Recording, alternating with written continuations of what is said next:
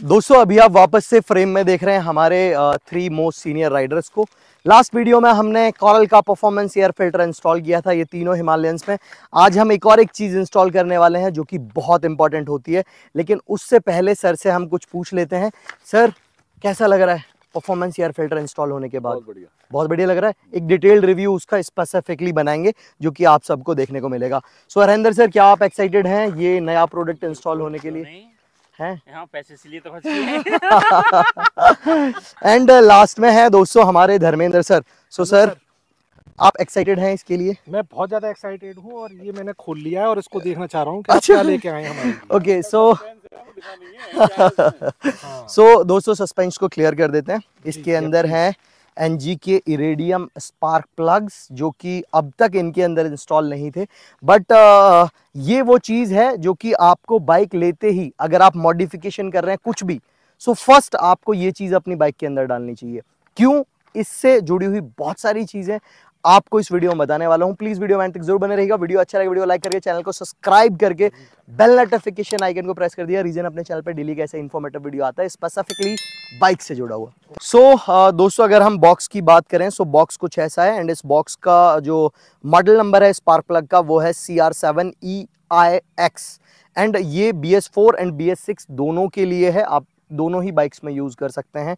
जो इसका एग्जैक्टली काम होता है वो क्या है, अगर हम बात करें ये नॉर्मल स्पार्क प्लग की, जो कि बॉस का इसके अंदर ऑलरेडी डला हुआ है, ये नॉर्मल स्पार्क प्लग नॉर्मल काम करता है बिकॉज ये नॉर्मल है, ये मेटल से बना हुआ है। अगर हम इसकी बात करें सो ये इरेडियम है।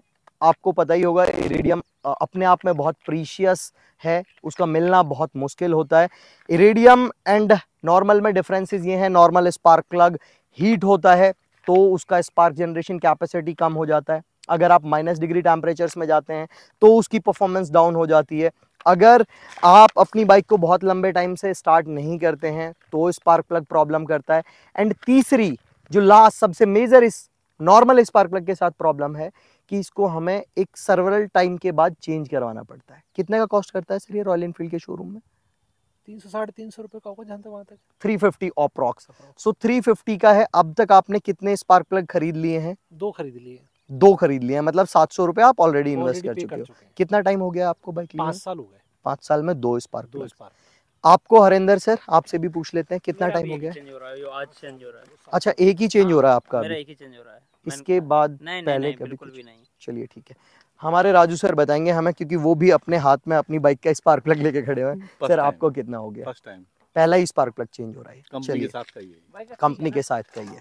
चलिए, सो इन दोनों में डिफरेंसेस ये है कि इरेडियम एक बार डालो ये 1 लाख किलोमीटर आपकी बाइक के साथ चलेगा। 1 लाख किलोमीटर से पहले इसको चेंज करवाने की आवश्यकता नहीं है। आप चाहे 200 किलोमीटर लंबी राइड पे हैं, 500 किलोमीटर लंबी राइड पे हैं, या फिर आप लद्दाख जा रहे हैं 3500 किलोमीटर लंबी राइड पे, आपको स्पार्क प्लग से जुड़ी हुई समस्या नहीं आएंगी अगर आप इरेडियम पे अपग्रेड कर लेते हैं तो। दूसरी चीज, इसका स्पार्क जो है वो एक सस्टेन अमाउंट में जनरेट होता है।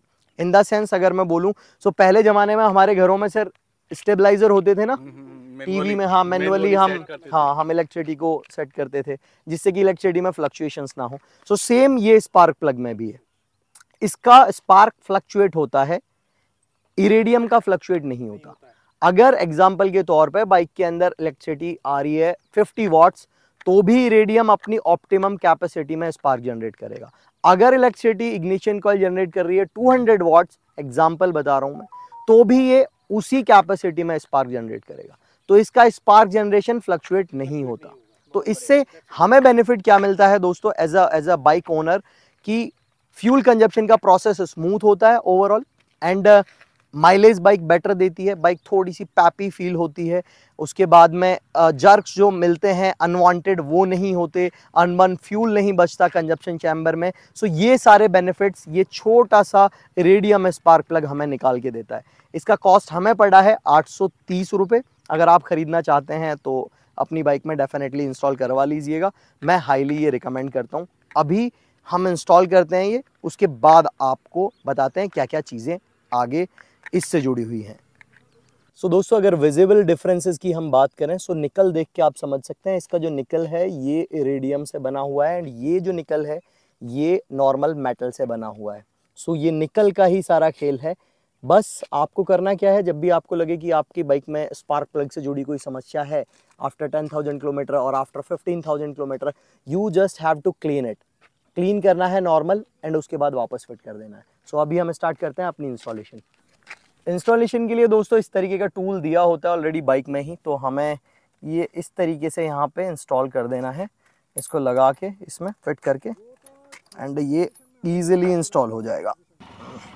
सो दोस्तों इंस्टॉलेशन अभी अपनी कंप्लीट हो गई है एंड अभी हमने बाइक्स को आइडलिंग के ऊपर स्टार्ट छोड़ दिया है फॉर नेक्स्ट 10 मिनट्स। 10 मिनट के अंदर अंदर होगा क्या कि जो हमने परफॉर्मेंस एयर फिल्टर इंस्टॉल किया था एंड जो इरेडियम स्पार्क प्लग है, उन दोनों की ट्यूनिंग बन जाएगी।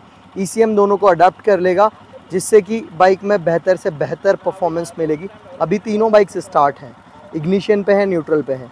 सो कभी भी आप भी अगर अपनी बाइक के अंदर आपने परफॉर्मेंस एयर फिल्टर डाला हुआ है या कोई और मॉडिफिकेशन किया हुआ है, एग्जॉस्ट डाला हुआ है और आप बाद में इरेडियम प्लग डाल रहे हैं, तो आपको बाइक को आइडलिंग पे स्टार्ट करके छोड़ना है फॉर 10 मिनट, जिससे कि ECM जो है बाइक का वो दोनों चीज़ों को अडॉप्ट कर ले एंड दोनों चीज़ें एकदम सिंक में काम करें, जिससे कि बेहतर से बेहतर परफॉर्मेंस हमें मिले।